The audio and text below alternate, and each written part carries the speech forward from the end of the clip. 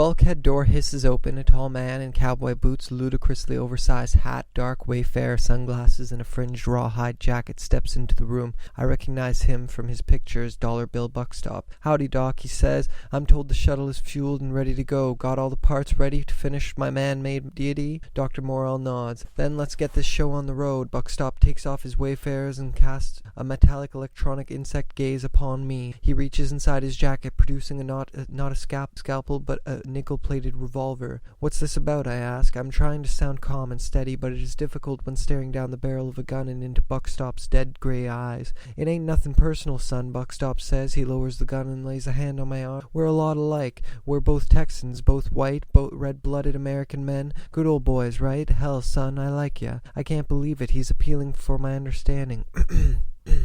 "But the thing is," he continues, "this is science. The myth of the man-turned-deity requires a death followed by a resurrection, you know, like they taught us in Sunday school. It's the only way," Dr. Morrell agrees. "After the cessation of life signs, we shall resurrect you in the bunker under the old stranger's rest field. And get this, we're going to do it with the film," Buckstop says. "Can you believe it? Morrell here will use his invention to convert you to celluloid, to turn you into a cinematic fiction, an anonymous creature projected eternally in the present tense, dead or living, no one can say with certainty. You shall be reborn as a dream-carrying ballistic missile," Morrell continues, "your thoughts and memories downloaded into the guidance system. Then I shall initiate primary ignition while simultaneously using the clock in the sky to project a holographic face of the deity visible across the entire northern hemisphere. We will play a hypnotic message through the wind machine, make people think it is the voice of the Almighty. Certainly that is a superior role to any that the stranger could ever write for you." "You and me is going to have big fun," Buckstop says. "You'll be Dollar Bill's Fluoride 9 divine being, a remote-controlled godhead, the world's first privately owned and operated deity. The result will be total cultural psychosis," Morrell adds, "the conclusion of time, and I'm going to make a fortune," Buckstop says. "How's that?" I ask. "Lots of people will be praying for psychiatric assistance, and you, my remote-controlled deity, shall tell them that the only effective treatment for the psychic fallout is Ozona's patented Fluoride 9. Sounds like you've got it all figured out. You don't know the half of it. I got big plans, son. I'm aiming for, what do you call it again, Adolfo? Complete disheartenment of the populace," Morrell says. I like that phrase, Buckstop remarks. "That's exactly true. First, I'm taking full control of the on-beam industry. Forget flying cars and personal jetpacks. The future is on-beam. For starters, I'm putting an end to the meditation sites. I'm employing accumulation seizures and dark fliction via the Nova effect. We'll use flesh-coated Markov chains and cut-up engines to scramble language into a literary stew of constantly switching tenses and subject-object disagreements, resulting in a non-linear sub-logical form of communication. And the on-beam channels, I already got those wrapped up thanks to my recent stock purchase of Summons Repli systems and subsequent integration of Fluoride 9 technology into the public network. We'll be broadcasting Society of the Purple Sunset all day and all night, all the time. Except it won't be called that anymore. It'll just be the world. I'm taking the whole planet back to some old-time religion. My remote-controlled godhead will take away the animal skin clothing. Everyone must wear fig leaf. Adam will give an apple to Eve, who in turn will hand it over to a snake. The deity will respond by turning Eve into a rib and implanting her into Adam. Despondent Adam will take away all the names of the animal. The deity will turn him into dust and take away all the animals and the dry land and even the light, leaving the earth without form and void. Amen. Then we unveil the autonomous nanobots," Morrell adds. "The what?" I ask. "Billions of tiny robots," Buckstop explains. "They'll be swimming through your bloodstream, conquering infection, cancers, and free will, and when you are at last freed of the limitations of your frail physical body, the nanobots will digitally copy your brain and upload the contents to a vast intergalactic marketing network that will determine the precise individualized ad campaign that will most effectively compel you to buy the entire line of Ozona products. I'm telling you, son, this one has virtually no bottom." "You've gone mad," I say. "Have I?" Buckstop asks. He raises the gun again, striving directly for the center of my being. "Goodbye, old paint." "Wait," I plead, lifting my hands as if to stop the bullet. Buckstop pulls the trigger. This is it, the end. I am knocked backwards by a blast of heat and cordite. I stumble and grab my chest, but the end does not come. I find no hole, no blood. Buckstop is equally perplexed. "What the hell?" Well, what the hell? He fires again, and again I feel the heat, smell the gunpowder, but I remain unharmed. A look of horror flashes across young Einstein's face. Look at the stranger, he says. He's been hit. We look at the examination table. Sure enough, 2 red splotches are spreading across the stranger's chest. I can't believe it, Dr. Morell says. How could you miss? I couldn't, Buckstop insists. I shot at point-blank range. How could I miss this one and hit the other? Could be psychic entrainment. What? It's been done before with photons. You start with a spooky object, then... Listen, young Einstein says. I think he's trying to talk. The stranger is looking at me, moving his lips. I go to his side, lean down to hear. Run, Mark. Buckstop laughs. Run? Where do you think he's going to go? His question is answered by a shudder, a deep rumble that shakes the metal floor plates. The overhead lights flicker. What's that? Young Einstein asks. Sounds like another shuttle, Dr. Morell says. But that can't. A flicker of doubt crosses his face. Did anybody activate the security lockout? Too late. The bulkhead door shatters in a white flash, knocking me to the floor. Smoke pours into the room, followed by a high-pitched siren and flashing red lights. Sparks jump from the severed end of a high-voltage telex cable, dancing crazily in the gaping hole. Then a second explosion, no, a gunshot. Through the smoke, I can just make out Buckstop, Morell, and young Einstein. They're running away, disappearing down the steel-clad, smoke-filled corridor. A few moments later, there is another, smaller shudder. Explosive bolts fire, and their shuttle breaks away from the aerial clock. I look at the table where the stranger lay, but it is empty now. All that remains is his sweater neatly folded on the pillow, and a note, but I don't have a chance to read it. Cowboy Roy is holstering the still smoking busily, pulling me to my feet. Let's move, he says, hustling me through the broken door. It's almost sunrise.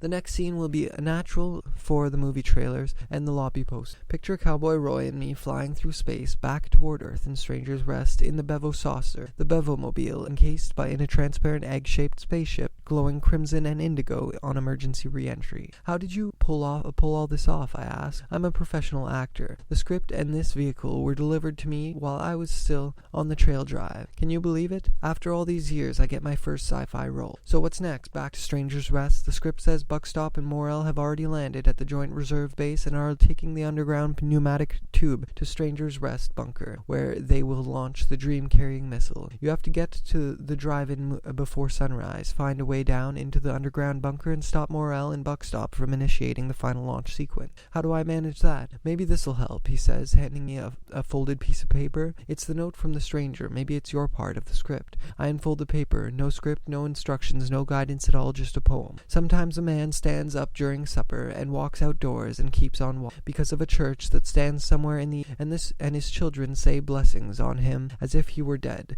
And another man who remains inside his own house dies there, inside the dishes and in the glasses, so that his children have to go far out into the world toward the same church which he forgot. Rilke.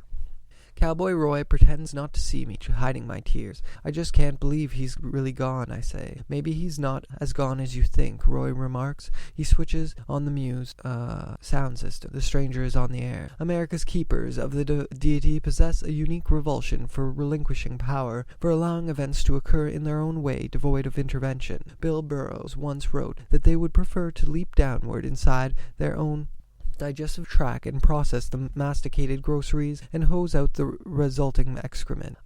I suggest this revulsion for relinquishing power masks a deeper fear, which infuses the entire life of our era. Christian existential Paul Tillich regarded it as the fear of existing beneath an incessant danger, the looming hazard of a worldwide and complete psychic disaster. Only the deity within can award us with the confidence that the world and humanity has experienced an existence of success, even if that success should end today and tomorrow should bring the conclusion of time. The eastern sky is already glowing pink and amber when we reach the drive-in. Townsfolk are gathered for the filming, their cars lining the highway shoulders and filling a neighboring pasture. Roy aims our glass egg toward the back of the screen and settles onto a stretch of brown glass, unseen by the assembled crowd. The script has called for Roy to stitch on the circadian design cloaking system. He turns off the engine and the glass egg disappears. There's the old storm drain conduit, Roy says, pointing to a clump of mesquite. It's all that's left of Stranger's Rest Field. You think it really leads to the underground bunker? this was my movie, it would. I nod and start out the door. Roy grabs my arm, and I turn back. He offers me his gun. No, I can't take it, I tell him. Besides, I'd just wind up shooting myself. You carry it. Cowboy Roy shakes his head. I'm not going in, he says. What do you mean? I thought we were going together. That conduit's a 42-inch pipe, but big enough for crawling, but my old knees would never make it. But it's your granddad's gun. Exactly. The old Bisley got Grandpappy Thornton out of many a tight jam, cleared out Pancho Villa and a whole passel of other pistoleros and bad hombres. I suspect there's still enough of him left in this old gun for one more fight.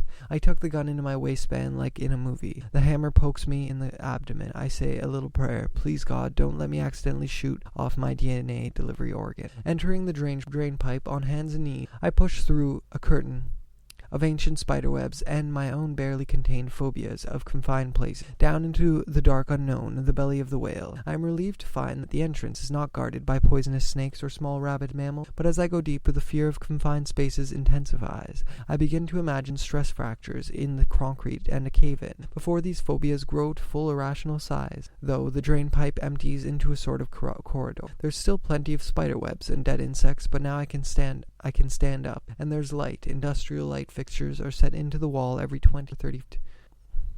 Always walls, hallways, always doors. I follow the light fixtures to a steel door cracked open a couple of inches, just enough so I can peek inside. Sure enough, Buckstop, Morel, and young Einstein have already arrived. Tell me again how we're going to pull this off without Mark Leach's DNA, Buckstop asks. Relax. We already got enough genetic material from the stranger, who's just a more aged version. They have the same genetic makeup. Exactly. The missile will launch as scheduled. They are gathered in front of yet another Control Data Corp 6600, which is configured with a bank of video monitors just like the one on board the aerial clock. One screen shows the orbiting timepiece floating somewhere over Southeast Asia. The others display various scenes of the drive-in theater directly overhead. There's even audio, a voice coming out of the speaker set in the concrete ceiling. The voice is familiar. Once I locate the appropriate screen, I realize we're listening to the Rev. Ida Purelife, a nationally syndicated televangelist who encountered some recent embarrassment when his predictions of the rapture failed to materialize as scheduled. Now he is here, among his loyal fan base, doing damage control. A group of keepers of the deity from the Exogrig Church have gathered around to listen. As you know, for a number of years I predicted that the noble misfortune would be starting this year, he says. I transmitted a variety of diagrams and structures illustrating my point of view. Now that last year has passed and a new year has arrived, what are my present considerations? Have I altered my point of view? No, I still accept as true that a number of time periods in Ezekiel and Revelation are factual and others need the process of the day-year computer, better known as the Jubilee Almanac, to be coded.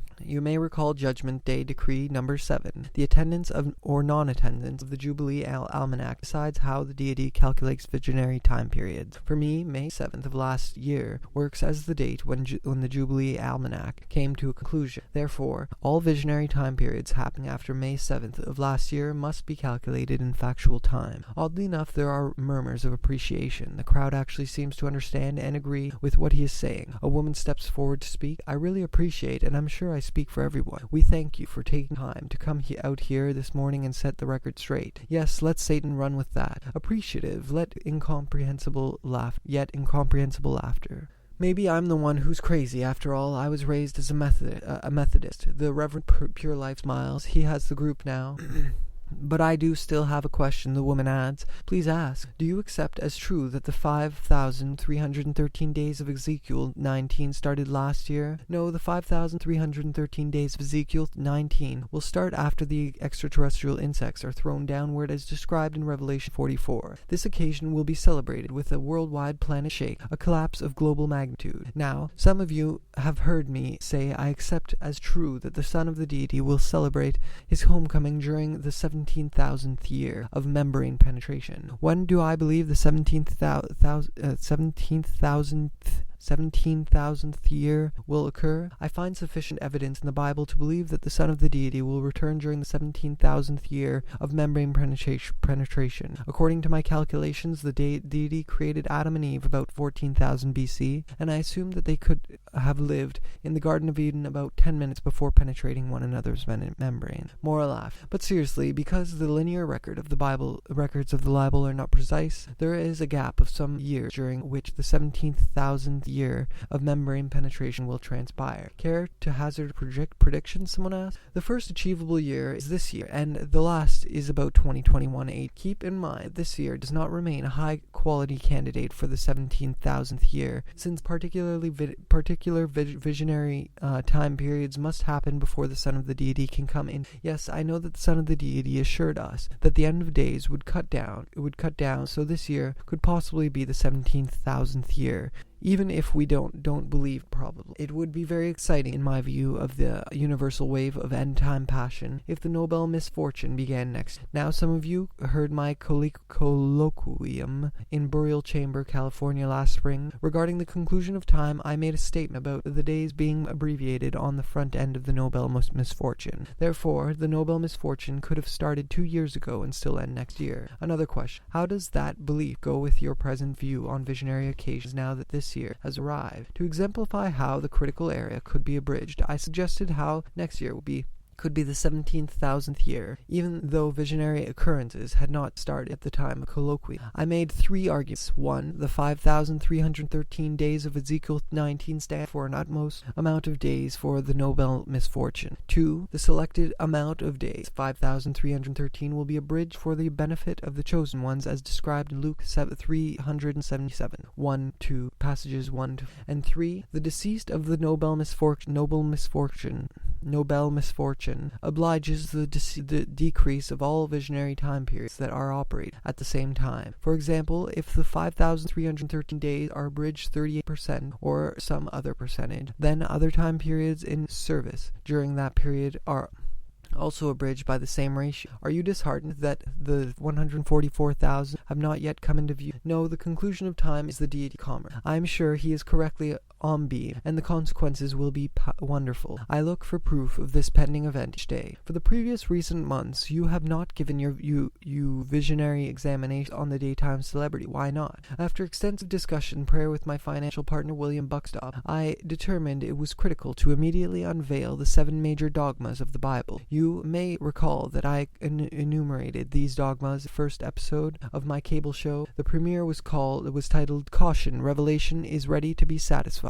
The 7 dogmas, my 7D, are essential to visionary divination. Consequently, I thought it critical to broadcast these dogmas today so that our viewers can see the life-sized image of what is to come, perhaps this year, certainly no later than 2021 AD. Any other questions? Polite and appreciative silence. Okay then, I'll end with a bit of housekeeping. Some of you lately sent payments to Come Around World Colloquium Inc. My printed acknowledgments state you did not take delivery of assistance or merchandise in exchange for your payment. What does this denote? The Domestic Income Bureau now insists this declaration be located on the printed acknowledgement of all non-profit payment. It just denotes that the wealth you transmitted to me was a contribution, that you did not take delivery of assistance or merchandise. Oh, I was wondering what that was about. This is why we uphold a difference between acquisitions and gifts. A gift is tax deductible. An acquisition is the reception of assistance or merchandise and is therefore subject to taxation. So in the ideal tax situation, it is better to give than to buy.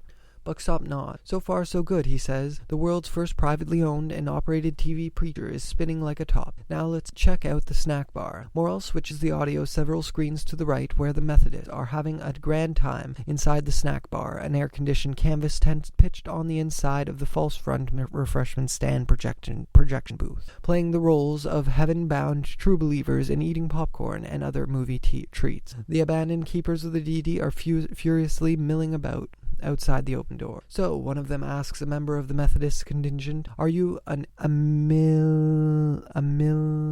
millennial or a post-millennial? The Methodist shakes his head with great condescension.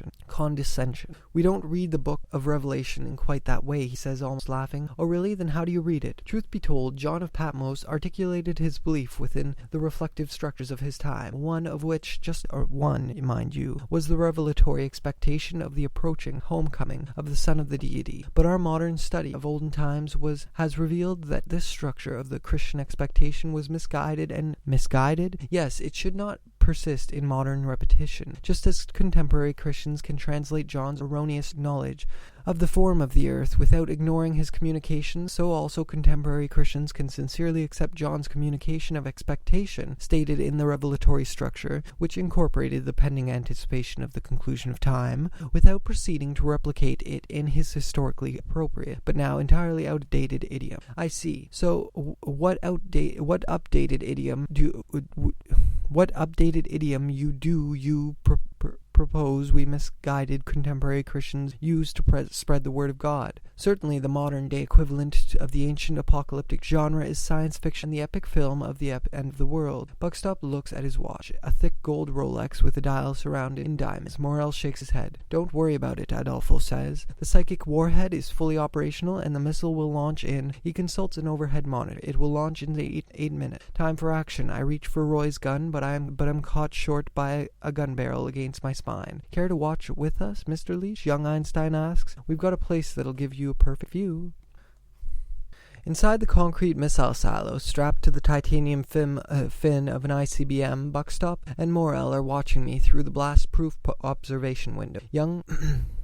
Young Einstein is playing with Bisley, spinning it on his finger just like Cowboy Roy did for the boys at the store the morning the clock first appeared in the sky. Was it really only 2 weeks ago? On one of the twin circular screens of the 6600, I observed the countdown. 6:44 a.m. Sunday, 3 minutes ago, 3 minutes to Armageddon. Comfy? Buckstop's voice crackles through a gray metal speaker mounted next to the window. I know I'm not the rocket scientist, but won't I throw off the trajectory? I ask. My panicky voice echoes against the concrete walls, returning cold and dead. I mean, I'm not very aerodynamic, I add. That's true, Morel agrees, but we can compensate for the balance and drag. The important thing is we need a resurrection.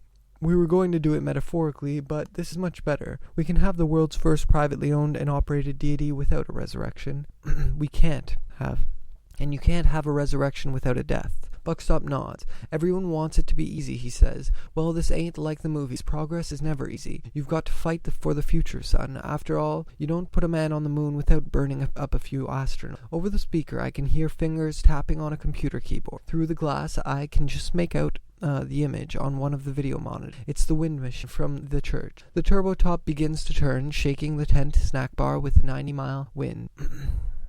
The crowd of extras struggle to remain on their feet. And now for the Vox Day, Morel intones, adjusting a pair of black knobs. A voice booms out of the speaker. Who is this that darkens counsel by words without knowledge? The voice is familiar. It's the stranger. Young Einstein and Morel exchange shocked and troubled glances. What the hell? Buckstop roars. Morel, you said they'd be listening to me. I don't know, Morel says, furiously working the keyboard. Sounds like something from the Old Testament. In fact, I recognize it as Job 38, the Lord's response to Job. Gird up your loins like a man. I will question you, and you declare to me. Presumably, this scripture reading can also be heard at the drive-in, because on one of the monitors I see a couple of the movie extras peering quizzically into one of the old stadium drive-in window speakers. Buckstop sees it too. Furious, he again consults his watch. And what about the missile, he asks. It's past time. Sure enough, the video monitor with the T- reading is now flashing launch pending. Why don't we launch, Morel? I'm on it, Morel says, coolly tapping at the keyboard. We'll launch manually. Let me just punch up the telemetry and... But he is cut short by a new development. Through the concrete walls of the bunker comes a strange vibration, a scraping like a snow shovel on concrete. Morel's self-assurance instantly disappears. He and young Einstein look at each other in horror. What? Buckstop demands. Tell me what it is. Circadians, Morel says. Can you draw out Leviathan with a fishhook or press down its tongue with a cord?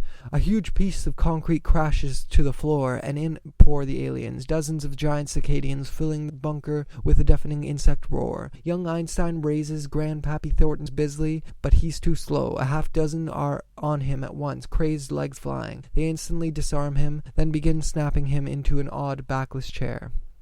Strapping him into...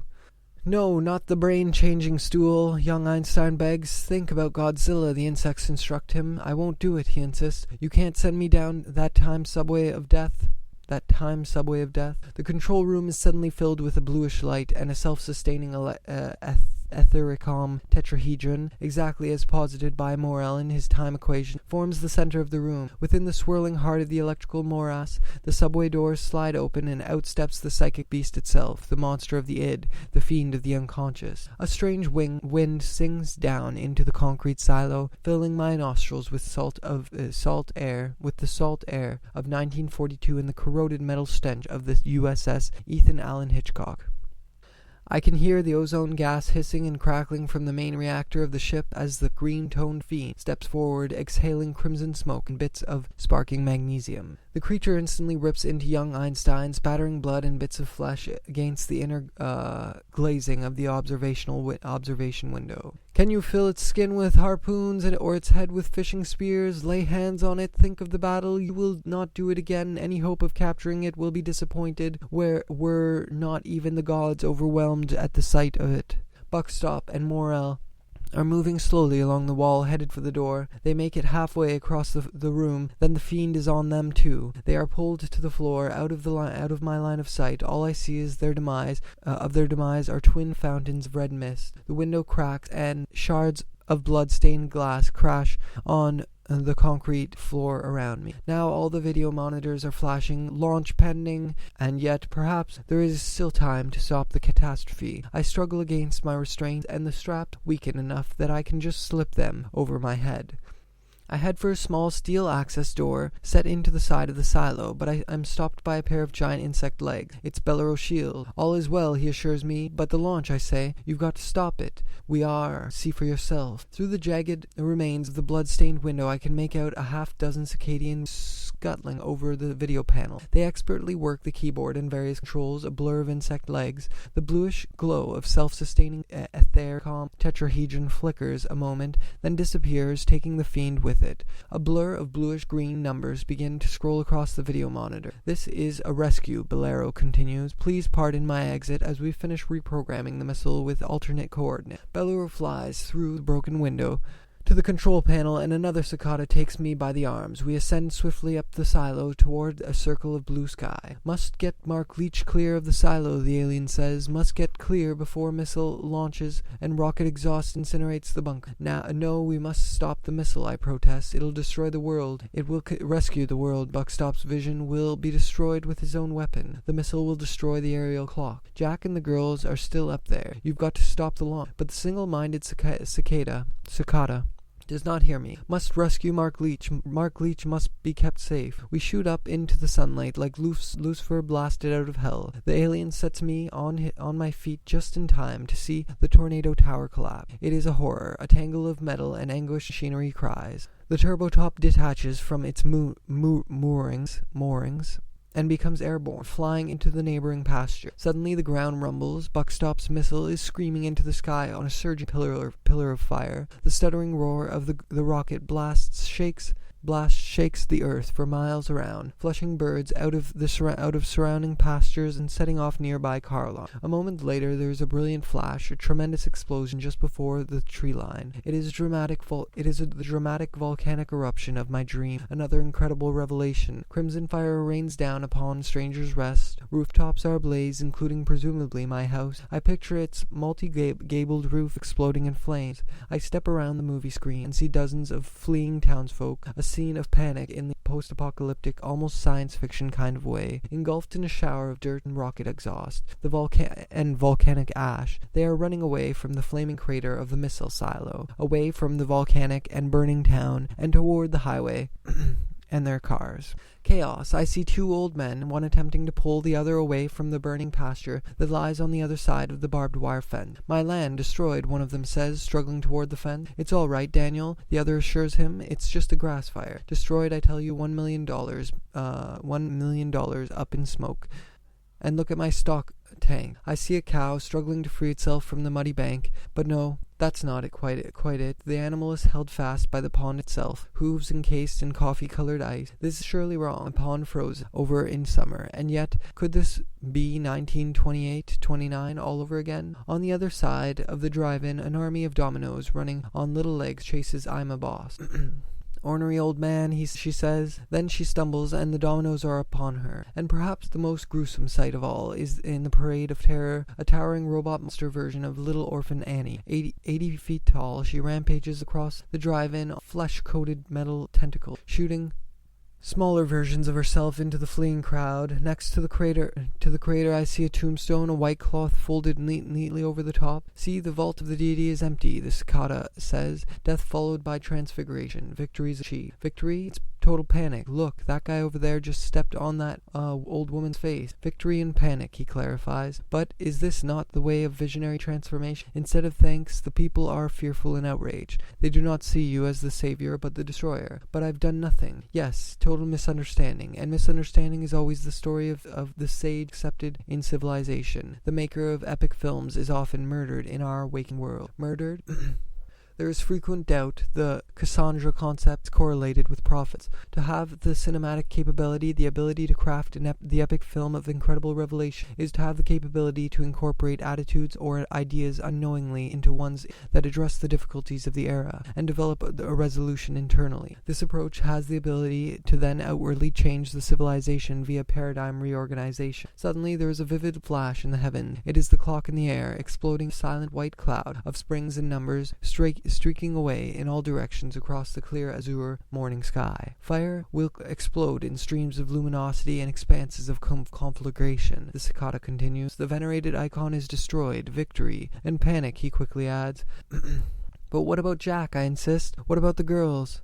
Another third Circadian joins us. It is Bellero's shield. The revised script frequently endangers the existing order, he explained. The victory is often translated as demonic by the keepers of the deity. The director revises the circumstance by acquiring the egregious moral errors of the populace and sacrificing himself as a sign of the resolution, such as Christ or Gandhi or Martin Luther King. I do not wish to sacrifice myself or Jack or the girls, I say. That is understandable, but a death of some part of you is necessary for resurrection of the rest. A light rain begins to fall, and I see some people are collecting it in bottles and other containers. This is the living water, just as you dreamed it, Bellero says. This is the grace of the deity. I looked across the emptying drive-in and see Cowboy Roy on horseback. Gun drawn, he chases the 4 horsemen of the apocalypse into the grass fire that has now fully engulfed the $1 million pasture. And I see the little Jew's coupe. I can just make out the driver. It's the stranger. He's alive, but how did he get back here? I start running toward him, then I am caught short by a chilling sight. Another car has arrived, a late 50s black sedan with bat-wing tail fin. They line up for a race. I turn back toward Bellero and his companion. Stop this, save him, I plead, but the Circadians are already gone. The 2 black cars take off in a roaring cloud of dust and gravel. The black sedan immediately abandons the race, peeling off to the right. The red coupe passes close to the parked car, loses control and flips over several times. It is a terrible accident. The coupe crumples like a soft drink can and tumbles to a stop next to a building. I run to the crash scene. A man exits the wrecked car and towards me, apparently uninjured, but understandably distraught. Is there anyone else in there? I ask. My buddy, he says, choking on tears. We run to the car, and I look through what is left of the passenger side window. There he is, the stranger. He is horribly disfigured. No blood, but the side of his head and upper body looks like a cross between a slab of brown, bloodless beef and a piece weathered lumber. Nothing human left. The place where the eye should be looks like knot hole. He is not even the right shape to be human. He's a blob, really like 1950s drive-in movie space alien. Do you think he's dead, I ask? The man does not answer. Then I notice the stranger is breathing. He's alive. He is sitting on the driver's side of the car. I don't know if he was the driver. It may be that he was merely pushed there by the crash. So I walk around the driver's door for a better look. Surprisingly, the other side of the stranger's face is virtually intact. He's half human, half alien. His one human eye is closed. I turn to his friend. What's his name? I ask. Billy Graham. Billy? Instantly I realize he must mean Billy. Billy Graham, like the evangelist. So that's it. The stranger is actually a man of God. I speak to him, try to determine if he is conscious. Billy, can you hear me? Sure enough, he drowsily opens his one good eye and looks my way. Everything is going to be okay, I tell him, trying to sound optimistic, but he looks terrible. His eye is bulging from the socket, a look of terror. I give him the double thumbs up. I am wondering if he can see well enough to make out my affirming hand signs. Indeed, my own vision begins to go double, actually triple, but the part of the field of vision that takes my hands. But just the part of the field of vision that takes in my hand. It appears that I am seeing my hands through him. He starts to close his eyes again, and I fear he will go into shock and die. So I try to keep him talking. Billy, I am going to pray with you now, okay? I am thinking I will say the Lord's Prayer, but because I believe he is about to die. This is his last chance to get right with God. The call to prayer gets his attention. What? He asks in alarm. Now he is really afraid. He understands the true gravity of his situation, poised on the edge of existence, teetering between life and death. I must pray while there is still time. Our Father who art in heaven.